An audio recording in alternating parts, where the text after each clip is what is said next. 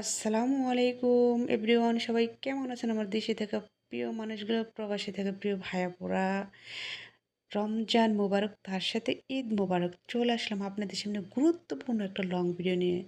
তবে ভিডিওটা দেখার অনুরোধ রইল, কাউকে শেয়ার, লাইক, কমেন্ট কিচ্ছু করতে পারেন, শুধু একটু ধৈর্য ধরে শুনে যাবেন প্লিজ।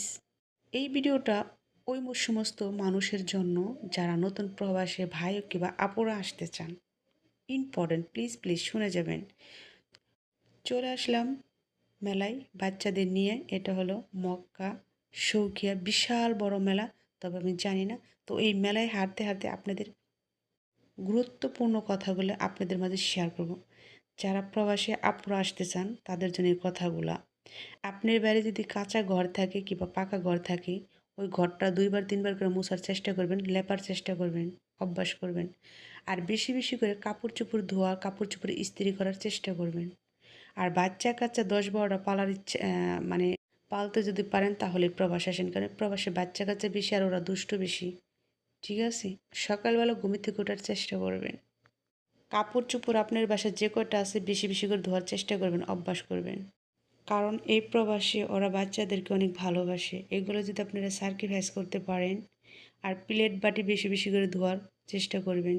কারণ এই প্রবাসে এমনও সময় আছে 100-200 প্লেটও ধুইতে হয় মানুষ আসলে। ঠিক আছে? হাতে দিয়ে গা উইঠা যায়, কিন্তু কাজ করতেই হবে।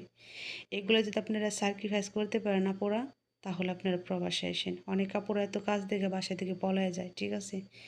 ধৈর্যের ফল মিষ্টি হয়। আপনারা যদি ধৈর্য ধরে প্রবাসে কাজ করতে পারেন, কারণ আমি 11টা বছর ধরে থাকি, যতটুকু জানি ততটুকু বোঝানোর চেষ্টা করলাম। আর আমার ভাইরা, আপনারা শুনেন, আমার যারা ভাই আছেন, যারা প্রবাসে আসতে চান, আপনারা বেশিরভাগ কাজ শিখে আসবেন। আর যত দূরত্ব পারবেন আরবি শিখবেন, ততই আপনাদের ভালো লাগবে।